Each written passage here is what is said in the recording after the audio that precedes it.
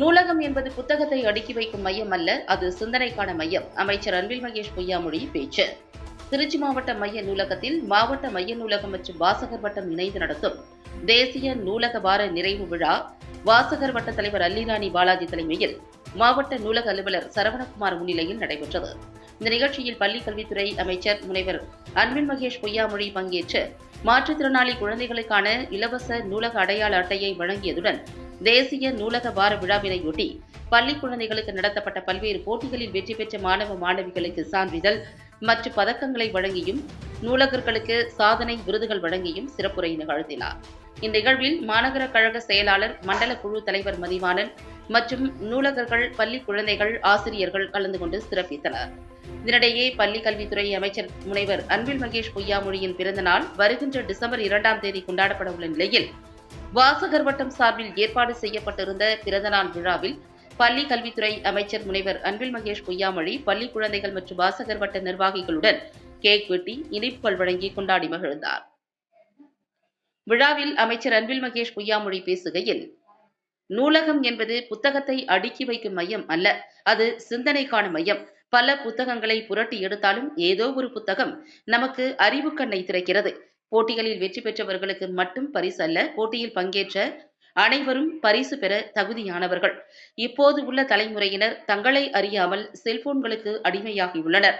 விளையாட்டுக்காக போனை வாங்குகிறார்கள். ஆனால் அந்த குழந்தையால் 5 நிமிடத்தை தாண்டி வெளியே வர முடியவில்லை. 1 மணி நேரமாக அந்த செல்போனில் மூழ்கி தவிக்கிறார்கள். அந்த அடிமைத்தனம் இருந்துவிடக் கூடாது என்பதற்காகத்தான் புத்தக வாசிப்பை வலியுறுத்தி வருகிறேன். வாசிக்கலாம் வாங்க என புத்தகம் சொல்லும், ஆனால் வா சிக்கலாம் வா என மொபைல் சொல்லும். குழந்தைகளுக்கு புத்தகங்கள் வாசிக்கும் பயிற்சியை பெற்றோர்கள் ஏற்படுத்த வேண்டும். தற்போது கட்டப்பட்டுக் கொண்டிருக்கும் காமராஜர் நூலகம் நூலகமாக மட்டுமல்லாமல் அறிவுசார் மையமாகவும் இருக்கும். தந்தை பெரியார் பெயரில் கோவையில் கட்டப்பட்டுக் கொண்டிருக்கும் நூலகமும் விரைவில் திறக்கப்படும். இதுபோல நெல்லையில் காயிதே மில்லத் பெயரில், சேலத்தில் பாரதிதாசன் பெயரில் பணிகள் நடைபெற்று வருகிறது. இதன் மூலம் ஒட்டுமொத்தமாக அறிவுசார் மையத்தை மற்றும் சமூகத்தை உருவாக்கிட வேண்டும் என்பதுதான் ஆசை என்றார்.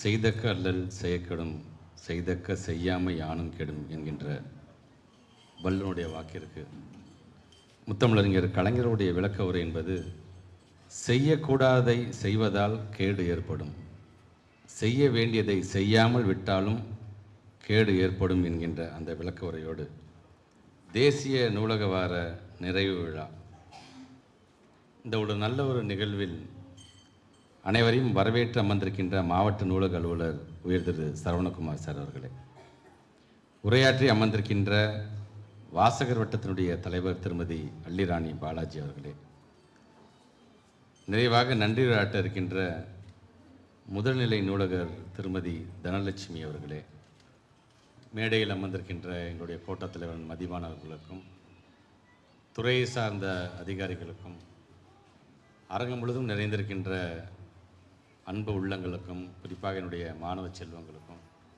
பத்திரிகைத்துறை ஊடகத்துறை சார்ந்திருக்கின்ற நண்பர்களுக்கும், பகுதி நேர ஆசிரியர் பெருமக்களுக்கும் முதலினுடைய வணக்கங்களை தெரிவிக்க நான் கடமைப்பட்டிருக்கின்றேன். ஒரு குடும்ப நிகழ்ச்சிக்கு செல்லும் பொழுது இருக்கக்கூடிய ஒரு மகிழ்ச்சி, எங்களுடைய இயக்கத்தை சார்ந்திருக்கின்ற தோழர்களுடைய இல்ல நிகழ்ச்சிக்கு போகும்போது இருக்கின்ற ஒரு மகிழ்ச்சி, நான் சார்ந்திருக்கின்ற இயக்கம் சார்ந்து நடைபெறுகின்ற பொதுக்கூட்டமாக இருந்தாலும் மாநாடாக இருந்தாலும் அது செல்லும் பொழுது இருக்கக்கூடிய மகிழ்ச்சி, எழுச்சி என்றைக்குமே எனக்கு இந்த திருச்சி மாவட்ட மைய நூலகத்துக்கு வரும்பொழுது என்னை தொத்தி கொள்ளும் என்பதற்கு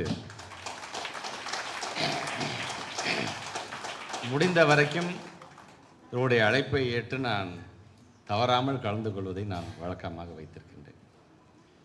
குறிப்பாக இந்த வார விழா, தேசிய வார விழா என்பது நூலக வார விழா ஏற்கனவே நிறைவடைந்து விட்டது. இருந்தாலும் எனக்காக பல்வேறு பணிகள் இருக்கிறது என்று சொன்னார்கள். அந்த பல்வேறு பணிகள் கடந்து இங்கே நம்முடைய அமைச்சர் வருகை தந்திருக்கிறார் என்று தலைவர் சொன்னார்.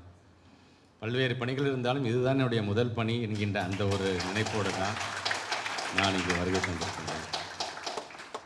என்னுடைய துறை சார்ந்து, குறிப்பாக அதில் இருக்கக்கூடிய நூலகத்துறை சார்ந்து, பொது நூலகத்துறை சார்ந்து நாங்கள் என்னென்ன முன்னெடுப்புகள் எடுத்திருக்கிறோம் என்பதெல்லாம் மிக தெளிவாக இங்கே நம்முடைய வாசகர் வட்டத்தினுடைய தலைவர் இங்கே எடுத்துரைத்திருக்கிறார்கள்.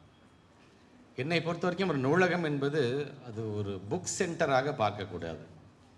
புத்தகத்தை அடுக்கி வைக்கக்கூடிய ஒரு மையம் அல்ல, அது சிந்தனைக்கான ஒரு மையம். வருகை தந்திருக்க நாம் பல புத்தகங்களை புரட்டி படிக்கின்றோம். ஆனால் ஏதோ ஒரு புத்தகம் நமக்கான அறிவு கண்ணை திறந்து விடுகிறது. அந்த புத்தகத்தில் இருக்கின்ற முழு பக்கத்தையும் படித்தால்தான் நமக்கு அப்படிப்பட்ட ஒரு விழிப்புணர்வு ஏற்படுது என்று அல்ல.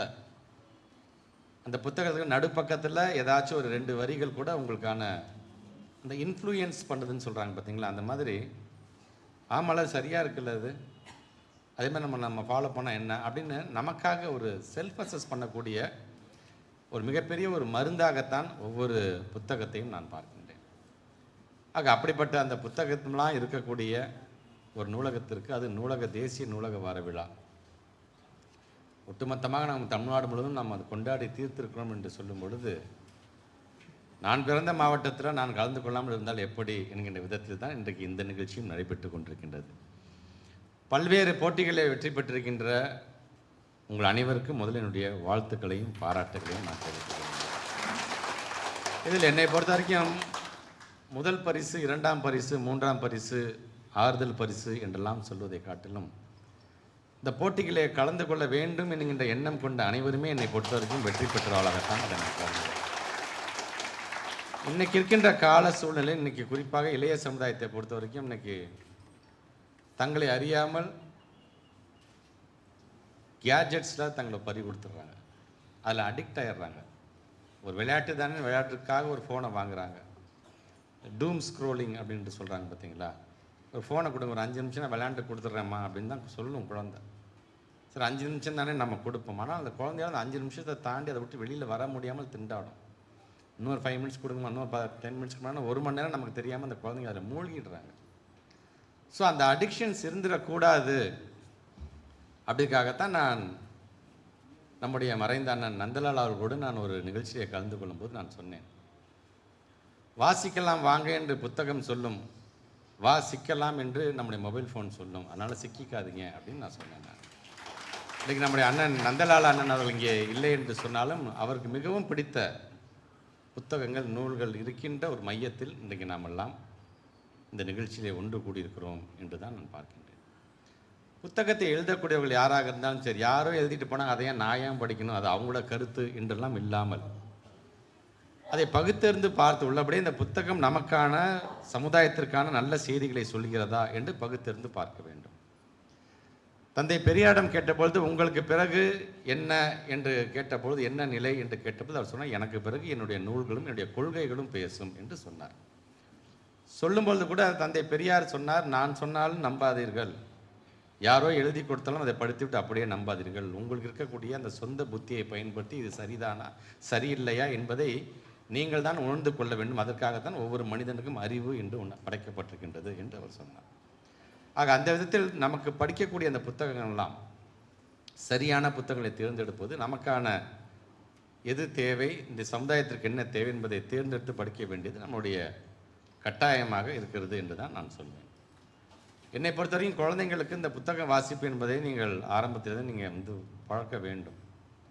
சும்மா ஒரு 4 பக்கம் 5 பக்கம் இருக்கின்ற, அதிகம் படங்கள் இருக்கின்ற, மிகவும் குறைவான எழுத்துக்கள் இருக்கக்கூடிய புத்தகத்தை கொடுப்போம். முதல்ல அந்த புத்தகம், இந்த மெட்டீரியலை குழந்தைங்க முடிச்சு தொட்டு பார்க்கட்டும். எப்போ பார்த்தாலும் மொபைல் ஃபோனே தொட்டு பார்த்த அந்த கைகள், சும்மா 10 பக்கம் இருக்கிற ஒரு புத்தகத்தை அப்பா அம்மா கொடுத்துருக்குறாங்கப்பா, இது நிறைய படமாக இருக்குது, அழகாக இருக்கே, அதில் எழுத்து கூட்டி படிக்கட்டும். 2 வரிகள் இருந்தாலும் பரவாயில்ல.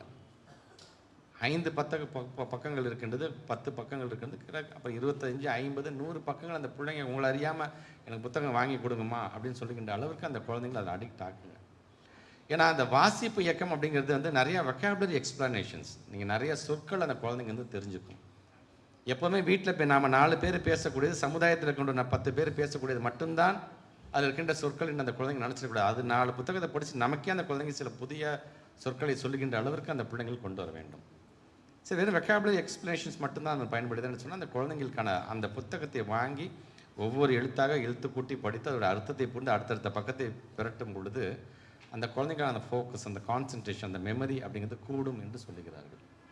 ஸோ நம்மை பொறுத்த வரைக்கும் அகாடமிக் ஸ்டடீஸ் அவசியம்தான், இல்லை என்று சொல்லி, அதே நேரத்தில் நமக்கான தனிப்பட்ட ஒரு திறமையாக இது போன்ற புத்தகங்களை வாசிக்கக்கூடிய அந்த பழக்கத்தை தயவு செய்து நம்முடைய பிள்ளைகளுக்கு நீங்கள்லாம் கொண்டு வந்துட வேண்டும் என்பதுதான் இந்த நூலக வார நிறைவு விழாவில் நான் உங்களிடம் வைக்கக்கூடிய மிகப்பெரிய ஒரு வேண்டுகோளாக நான் வைக்கின்றேன். அதுவும் இந்த நூலக வார விழா என்னென்னலாம் செஞ்சேன் அப்படிங்கிற ரொம்ப அழகாக இப்போ நானும் முழுமையாக அந்த புத்தகத்தை புரட்டி நான் பார்த்தேன். நான் சொன்ன மாதிரி முதியவர்களுக்கான அந்த ஒரு மருத்துவம் சார்ந்துக்கின்ற முகாமை நடத்துவதாக இருந்தாலும் சரி, ஆரிகாமிக் சார்ந்து தனித்திறமையை கொண்டு வருவதற்கு அந்த பிள்ளைகளை தயார்படுத்தியதிலிருந்து இப்படி ஒவ்வொரு விதத்திலும் பலவிதமான போட்டிகளை நடத்தி இன்றைக்கி அந்த போட்டிகள்லாம் நம்முடைய பிள்ளைங்க இன்றைக்கி வெற்றி பெற்றிருக்கிறார்கள் என்று சொல்லும்போது உள்ளபடியே மகிழ்ச்சியாக இருக்கின்றது. இது என்னை பொறுத்த வரைக்கும் தமிழ்நாட்டில் மற்ற மாவட்ட மைய நூலகத்துக்கெல்லாம் எடுத்துக்காட்டு மாவட்ட மைய நூலகமாக நம்முடைய திருச்சி மாவட்ட மைய நூலகம் இருக்கிறது என்பது எங்களுக்கான பெருமை. நானும் வாரம் ஒரு முறை நம்முடைய பெருந்தலைவர் காமராசர் பெயரில் கட்டப்பட்டு கொண்டிருக்கின்ற அந்த நூலகத்தை நானும் பார்வையிட்டு முன்னம் அதை வேகப்படுத்தி கொண்டே இருக்கின்றோம். முடிந்த வரைக்கும் ஜனவரி மாதம் இறுதிக்குள்ளாக அதை திறந்துவிட வேண்டும் என்கின்ற அந்த ஒரு ஆசையோடு, ஏன்னா தொடர்ந்து தமிழ்நாட்டுடைய முதலமைச்சர் அதை அடிக்கடி என்று அதை கேட்டுக்கிட்டே தான் இருக்கிறாங்க. ஸோ அதையும் நாங்கள் வேகப்படுத்தி கொண்டிருக்கின்றோம். ஆக பெரிய மாவட்ட மைய நூலகம் வந்துருச்சு, இனிமேட்டு இந்த நூலகத்தை கண்டுக்க மாட்டாங்களா, ஊர்ப்புற நூலகத்தை கண்டுக்க மாட்டாங்களா என்றுலாம் இல்லை. வெறும் 10 புக்கு இருக்கக்கூடிய ஒரு நூலகம் இருந்தாலும் அதுவும் எங்களுக்கு முக்கியம்தான். பெருந்தலைவர் காமராஜர் நூலகமும் எங்களுக்கு முக்கியம்தான். எங்களை பொறுத்த வரைக்கும் படிக்கக்கூடிய பிள்ளைகள் தான் எங்களுடைய சொத்து. அதுதான் விலை மதிக்க முடியாத சொத்து. அதை தான் நாங்கள் பாதுகாக்க வேண்டும் இந்த சமுதாயத்தில். ஆக அப்படிப்பட்ட நம்முடைய நல்ல உள்ளங்கள்லாம் கொண்டு சொல்லி இந்த இடமே எப்படிலாம் இருந்தது, இன்றைக்கி எப்படிலாம் மாறி இருக்குது. இங்கே ஏசிலாம் போட்டுக்கலாம், பல டோனார்ஸ் இல்லைன்னா இதெல்லாம் சாத்தியத்துக்கான வாய்ப்பே இல்லை. ஆக இந்த நேரத்தில் அந்த ஒவ்வொரு டோனார்ஸையும் நான் நினைவு கூற நான் கடமைப்பட்டிருக்கின்றேன். ஏன்னா நன்றி மறந்தவன் ஆகிவிடுவேன். ஏன்னா ஒவ்வொருத்தரும் தங்களால் முடிந்த வரைக்கும் கொடுத்து இன்றைக்கி இந்த அளவுக்கு நம்ம கொண்டு வந்திருக்கோம் நாங்கள். ஸோ அடுத்த கட்டமாக நம்முடைய பெருந்தலைவர் காமராஜர் பெயரில் நடைபெறுகிற அந்த நூலகம் வெறும் நூலகம் மட்டும் இல்லாமல் it's going to be like a science centre ஆகும், ஒரு அறிவு சார்ந்த மையமாகவும் அது உருவாக இருக்கின்றது. அதுக்கு முன்பாக தந்தை பெரியாருடைய பெயரில் கட்டப்பட்டு கொண்டிருக்கின்ற அந்த நூலகம் கோயம்புத்தூரில் மிக விரைவாக திறப்பதற்கு அதுவும் காத்து கொண்டிருக்கின்றது.